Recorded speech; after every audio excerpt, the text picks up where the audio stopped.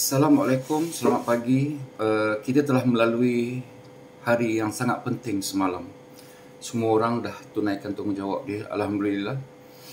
Tak kisahlah siapa yang menang, kita sebagai orang meniaga, kita kena teruskan hidup kita. Biarlah, sekarang ni kita telah menjalankan tanggungjawab kita sebagai rakyat. Jadi pemimpin-pemimpin yang kita pilih itu yang kena berfikir bagaimana untuk mengemudi negara ini menjadi lebih baik, lebih maju. Okey, kita tinggalkan persoalan itu. Saya berminat untuk bercerita tentang ramai orang tanya, staf Ahmadiyah ada berapa orang? Staf Ahmadiyah ada berapa orang? Sebenarnya saya menjual nasi ayam, dan kalau di Pandan Indah, staf saya kalau tak silap saya lah, yang full time ada 20 orang. Kemudian yang part time biasanya mereka bekerja pada hari Sabtu dan hari Ahad dan juga hari cuti umum. Kita akan tambah lagi 2 atau 3 orang. Kemudian di Kajang, Alhamdulillah setakat yang saya buat video ni kita ada 8 orang. Kemudian dibantu oleh part time 2 orang pada hari Sabtu dan hari Ahad. Dan saya dah ambil 1 orang lagi akan masuk pada 26 hari bulan kalau dia ada. So jumlah semua full time 9 orang dan part time 2 orang. Kenapa ambil terlalu ramai staff? Ada untung ke? Okey, ini cara saya berfikir tau. Sebenarnya untuk nasi ayam saya, apa yang saya buat ialah saya tidak mahu pelanggan yang datang ataupun pelanggan yang bungkus menunggu terlalu lama. Saya telah tetapkan SOP ataupun Standard Operation Procedure di kedai saya ialah apabila seseorang pelanggan itu masuk, dalam masa 1 minit mereka akan dapat approach.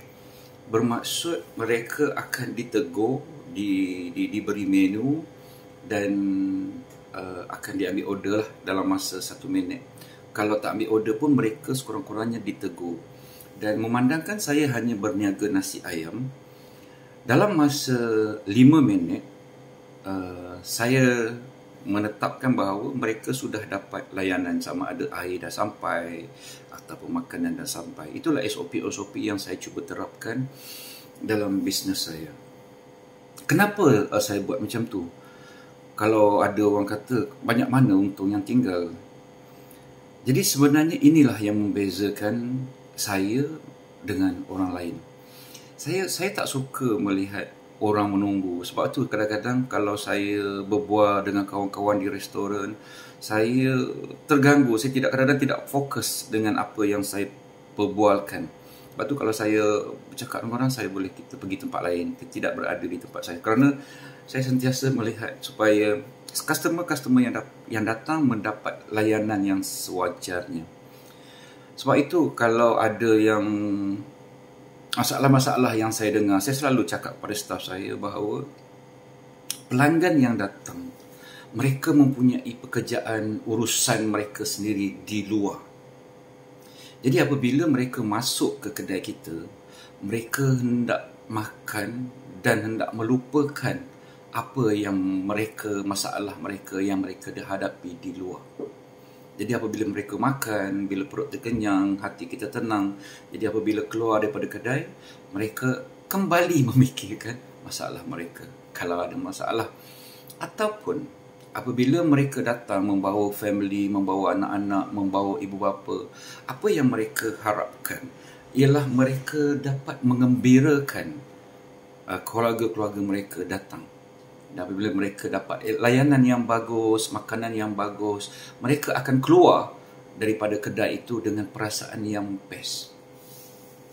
Saya selalu cakap kepada staf saya, nasi ayam kita bukanlah nasi ayam yang makanan daripada syurga, bukanlah sedap sangat. Tetapi kelebihan yang boleh kita bagi kepada customer ialah layanan. Sebab itu ada kadang-kadang orang kata mereka lebih suka berbisnes dengan buat macam self-service. Self-service ni maksudnya kena ambil order sendiri, kemudian pergi pick up sendiri, kemudian semua sendiri. Jadi kalau kita mempunyai fikiran iaitu untuk mengurangkan kos, mengurangkan orang bekerja, boleh. Dia tidak ada isu pun. Tetapi sebenarnya orang yang datang ke restoran ialah dia mahukan sesuatu, nilai yang boleh kita berikan kepada mereka. Itulah yang membezakan restoran kita dengan restoran orang lain. Saya selalu cakap, kalaulah kita nak jual nasi ayam, saya jual nasi ayam kan. Contohlah, saya berada di Panai Indah atau Kajang. Tiba-tiba saya ambil contoh, dia berada di Bangi. Di Bangi itu sendiri sebenarnya banyak lagi restoran-restoran nasi ayam yang memang dah ada dalam kawasan tu.